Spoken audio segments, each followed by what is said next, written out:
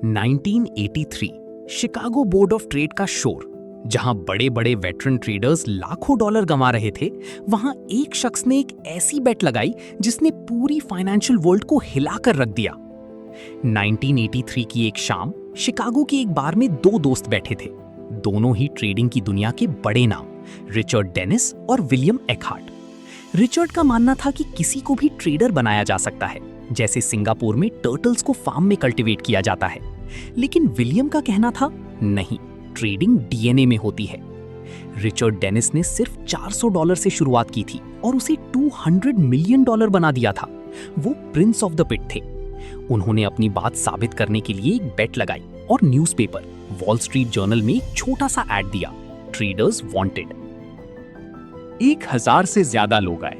उनमें से उन्होंने कोई फाइनेंशियल एक्सपर्ट्स नहीं, बल्कि एक पियानो प्लेयर, एक फैंटेसी गेम डिजाइनर और एक एक्टर जैसे अनजान लोगों को चुना। इन्हें टर्टल्स कहा गया क्योंकि रिचर्ड ने कहा, we are going to grow traders just like they grow turtles in Singapore. System versus intuition. Richard ने उन्हें सिखाया कि गट फीलिंग या लगता है मार्केट ऊपर जाएगा जैसी बातों की ट्रेडिंग में कोई जगह नहीं है। उन्हें एक मैकेनिकल सिस्टम दिया गया। The strategy, the 20-day breakout. अगर प्राइस पिछले 20 दिनों के हाई को तोड़ता है, ब्रेकआउट, तो बाई करो। अगर प्राइस पिछले 10 दिनों के लो को तोड़ता है तो एग्जिट करो। The math of probability. Turtles को सिखाया गया कि आप हर ट्रेड नहीं जीतोगे।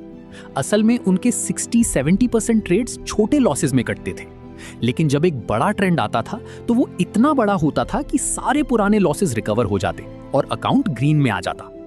हर एसेट की मूवमेंट अलग होती है। क्रूड ऑयल अलग मूव करता है, स्टॉक्स अलग। उन्हें हर मार्केट की वॉलेटिलिटी के हिसाब से पोजीशन साइज कैलकुलेट करना सिखाया गया। रिचर्ड डेनिस ने कहा था, ट्रेडिंग में सबसे बड़ी गलती है ब्लो अप होना, पूरा कैपिटल खत्म करना। The 1% rule. टर्टल्स कभी भी अपनी टोटल इक्विटी का 1% से ज्यादा एक सिंगल ट्रेड में रिस्क नहीं करते थे। अगर उनके पास $1 लाख है तो एक ट्रेड का स्टॉप लॉस $1000 से ज्यादा नहीं होता था। ये एक प्रो टिप है। जब एक ट्रेड प्रॉफिट में जाने लगता था, टर्टल्स उसमें और क्वांटिटीज ऐड करते थे, यानी विनिंग ट्रेड्स को बड़ा करो, लूजिंग ट्रेड्स को तुरंत काटो। अक्सर रिटेल ट्रेडर्स उल्टा करते हैं, वो लॉसेस को होल्ड करते हैं और प्रॉफिट्स को जल्दी बुक कर लेते हैं। टर्टल्स ने इस साइकोलॉजी को पूरी तरह रिवर्स कर दिया। The boring reality. ट्रेडिंग का 90% वक्त सिर्फ वेट करने का होता है। टर्टल्स महीनों तक बिना किसी बड़े प्रॉफिट के बैठे रहते थे। इसे कहते हैं द बोर्डम ट्रैप। 1887 में जब मार्केट क्रैश हुआ, कई लोग डर गए, लेकिन टर्टल्स ने वही किया जो उनके रूल्स ने कहा।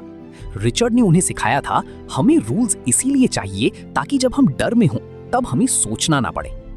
The human element. कुछ टर्टल्स ने रूल्स फॉलो नहीं किए और वो फेल हो गए। जो डिसिप्लिन रहे वही मिलियनेयर बने। ये साबित करता है कि सिस्टम से ज्यादा इंपॉर्टेंट है सिस्टम को फॉलो करने का डिसिप्लिन। 5 साल बाद रिचर्ड डेनिस ने अपनी बेट जीत ली। टर्टल्स ने मिलकर उनके लिए $100 मिलियन से ज्यादा जनरेट किए। जेरी पार्कर जैसे लोग आज $1 बिलियन फंड्स चला रहे हैं। तो दोस्तों, टर्टल ट्रेडर्स की ये कहानी हमें सिर्फ एक बात सिखाती है, मार्केट में पैसा दिमाग से ज्यादा डिसिप्लिन से बनता है। रिचर्ड डेनिस ने साबित कर दिया कि ट्रेडिंग कोई सीक्रेट फॉर्मूला नहीं है, बल्कि एक सिस्टम है जिसे कोई भी सीख सकता है, अगर वो अपने इमोशंस को कंट्रोल करना जानता हो।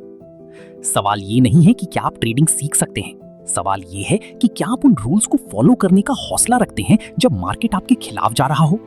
अगर आपने इस वीडियो से कुछ नया सीखा है तो इसे उन दोस्तों के साथ जरूर शेयर करें जो ट्रेडिंग को सिर्फ किस्मत का खेल समझते हैं।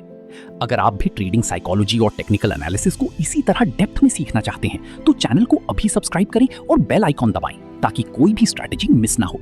और हाँ, रियल टाइम मार्केट अपडेट्स और ट्रेडिंग साइकोलॉजी टिप्स के लिए मुझे इंस्टाग्राम और टेलीग्राम पर फॉलो करना मत भूलना। लिंक्स नीचे डिस्क्रिप्शन में हैं।